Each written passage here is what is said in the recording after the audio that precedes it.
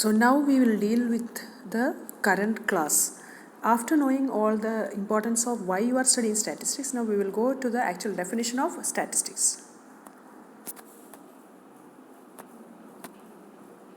So what is statistics? Statistics is the science of collecting, describing and interpreting a data. So merely the collection of data doesn't give statistics. We want to describe it, and after describing statistics we want to interpret the result of that data. That means that interpretation we need where we are applying next level of statistics. In the collection and the describing we are applying descriptive statistics, and in the interpretation we are applying inferential statistics. That's the difference between two. So that is there the next step where we are telling that two areas of statistics we are dealing with. Descriptive statistics means we are dealing with collection, presentation and description of sample data, where there we are dealing with measures, where we are telling that the measures of settled tendency and measures of dispersion. You may have studied certain measures in your school classes. In 8th standard or 9th standard or maybe 10th standard, you may have studied mean, median and mode. That's what we call as measures. Standard deviation, again some measures we are studying there.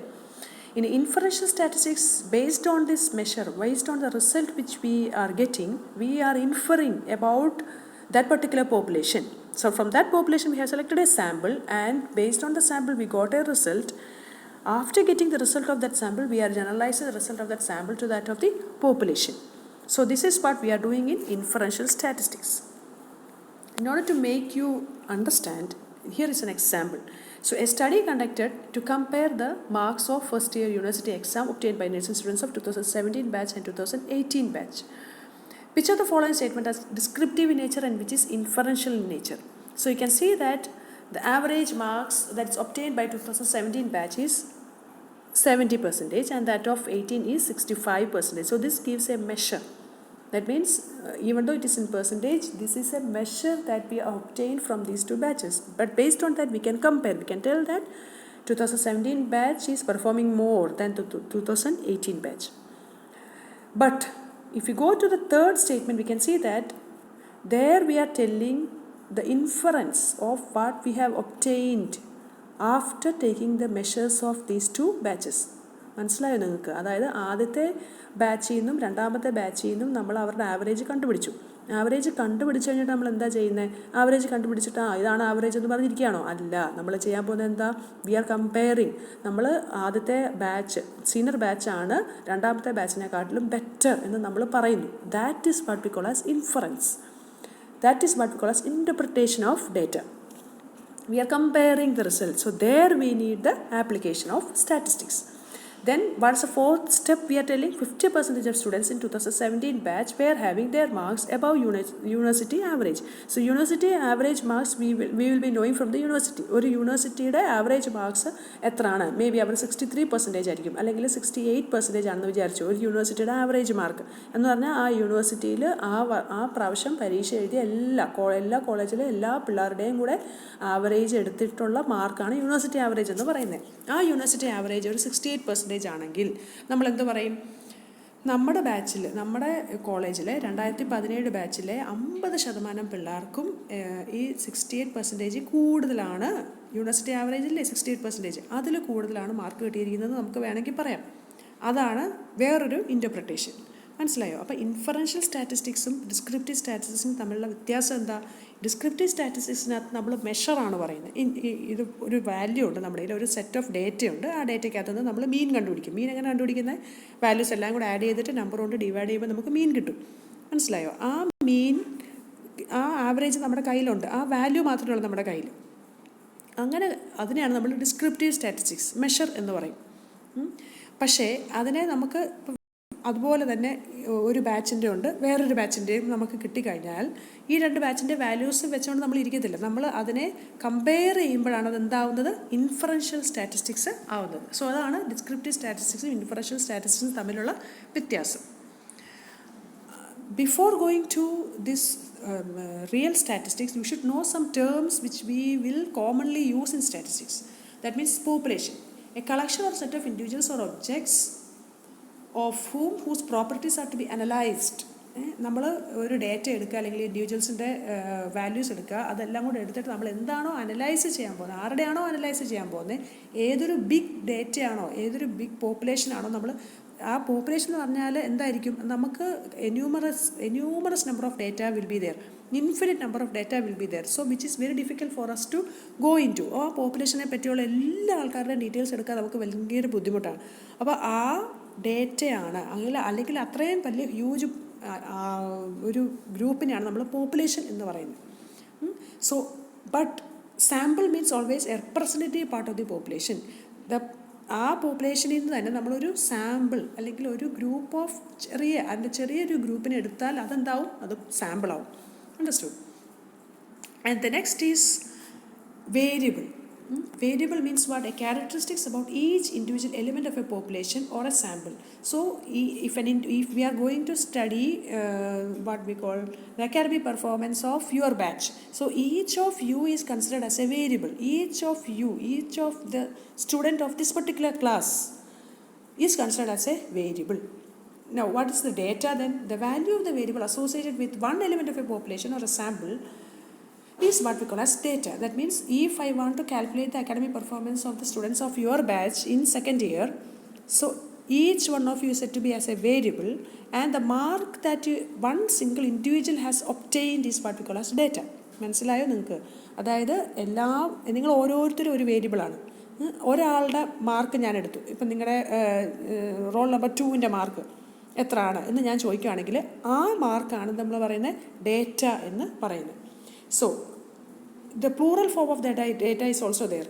The set of values collected for variables from each element of belonging to that particular sample. So if you people are 47 is there, but it is very difficult for me to select this whole population. If this itself is considered as a population, നിങ്ങളെ തന്നെ ഒരു population ആക്കി ഞാൻ consider ചെയ്യുകയാണെങ്കിൽ നിങ്ങളുടെ 47 പേരുടെയും ഓരോരുത്തരെയും വിളിച്ച് അവരുടെ സെക്കൻഡ് ഇയറിലെ യൂണിവേഴ്സിറ്റി മാർക്ക് ഞാൻ ചോദിക്കുന്നത് എനിക്ക് ബുദ്ധിമുട്ടാണെങ്കിൽ ഞാൻ എന്തെടുക്കും? I will select a sample of say size 5 from this population.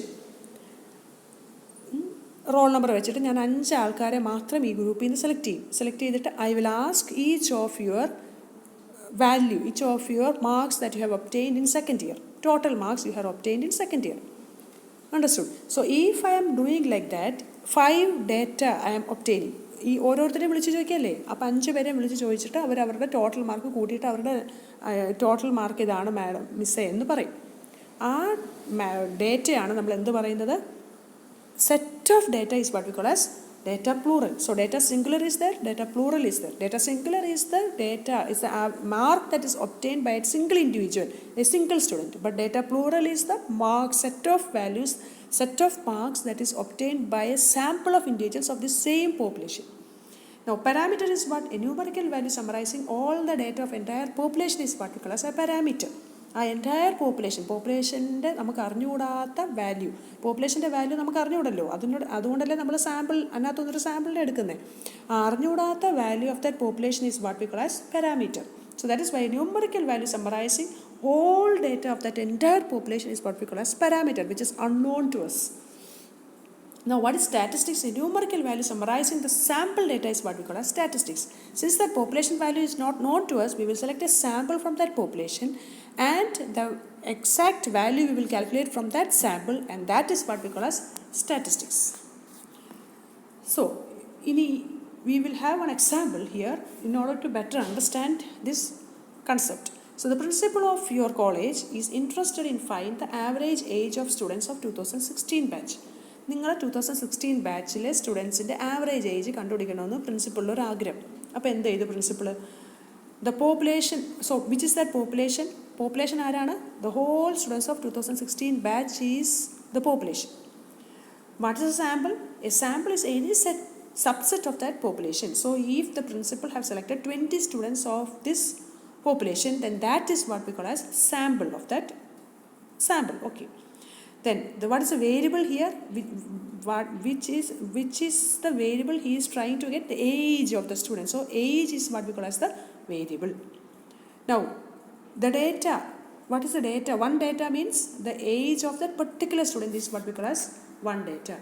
And the data would be the set of values. So the plural form is a set of values that is selected from that sample. Say 20 students in the age in the data ആണ് എന്തെന്ന് പറഞ്ഞാൽ data plural എന്ന് പറയുന്നത്.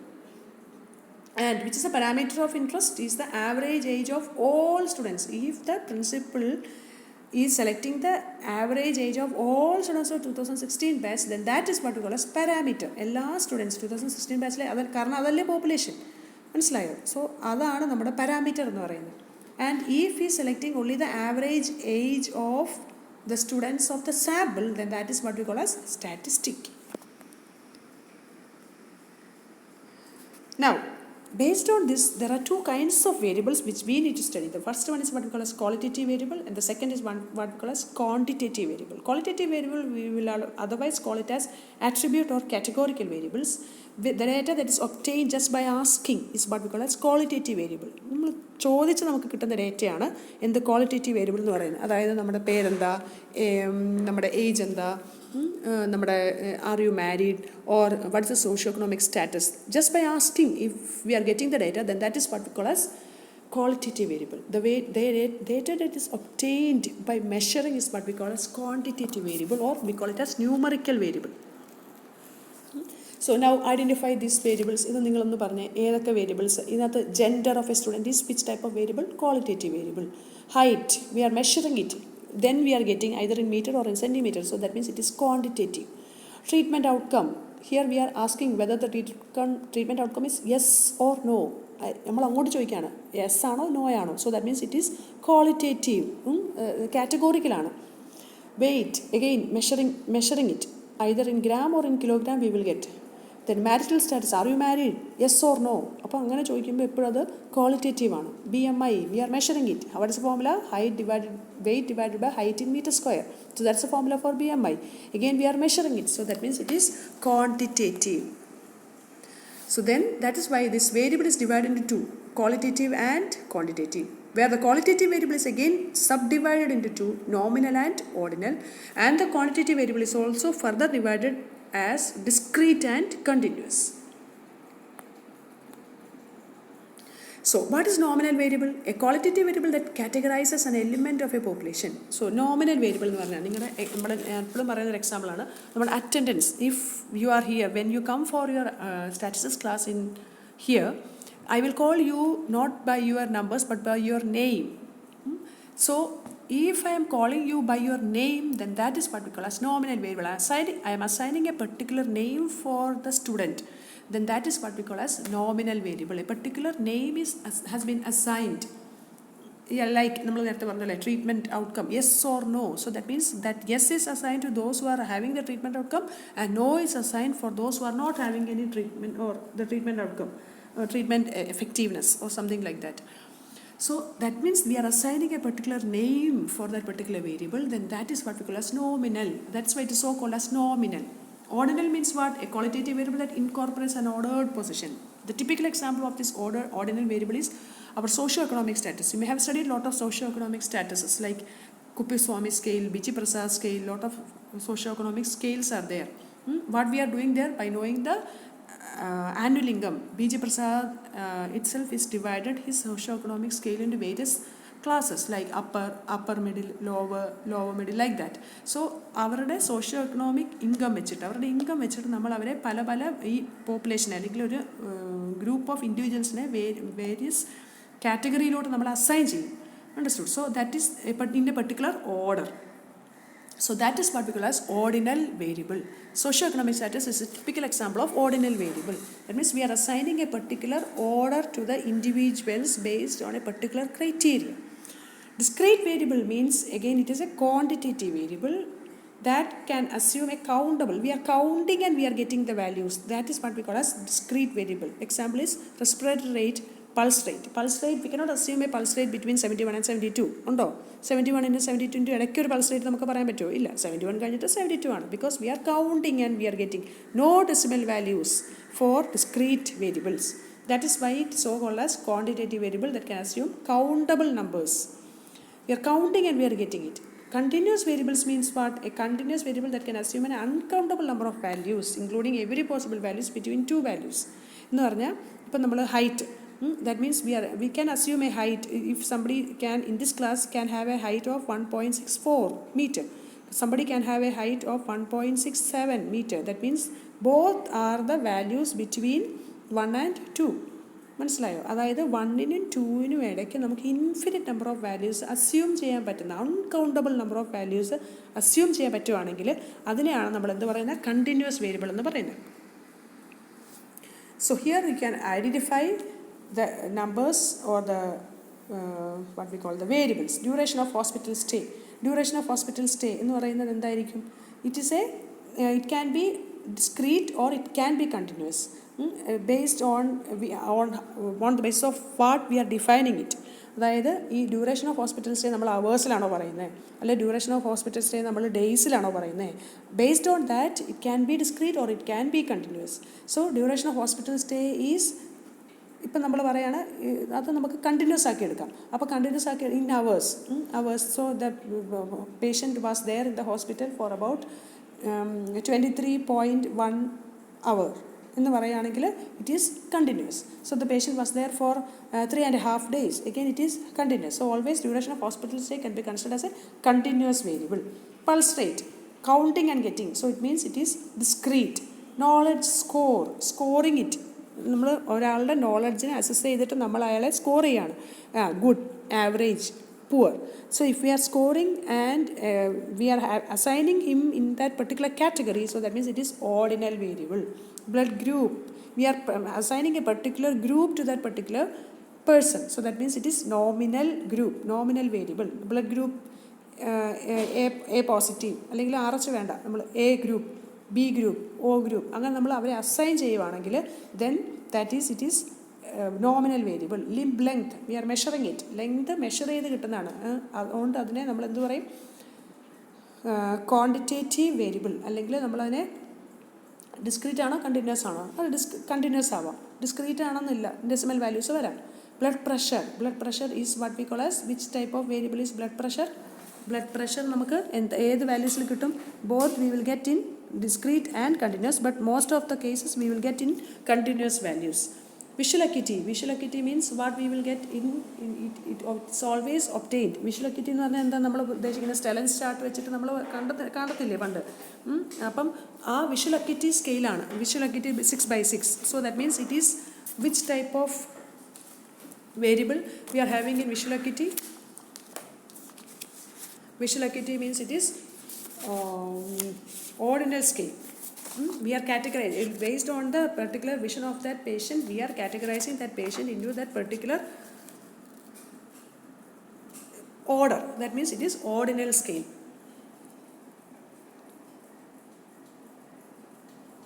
Then HB value is again considered as HB value. We can have somebody can have an HB value between 13 and 14. So that means it is continuous value. Respiratory rate, we are counting and we are getting it. That means it is what type of variable? It is nominal variable. So like that you want to identify each of these variables. So that is your assignment I am going to give. You may have studied lot of variables in your anatomy, physiology and biochemistry classes, and of course your pharmacology, microbiology and pathology classes. You want to identify which all variables you have studied there and categorize them into nominal, ordinal, discrete and continuous. So that's your assignment. And please don't look into other assignments you sent after. I will share that format of that assignment in this group, and then mail or message me personally, not in the group. Don't want any assignment in this group. You message that assignment personally through WhatsApp. Understood? And I will give you one time frame to send the assignment. In that time frame you want to send the assignment. Beyond that I won't be checking any assignment, and you won't get the attendance also. Those who are sending the assignment only, you will get the attendance. Understood? So thank you for the class. Okay.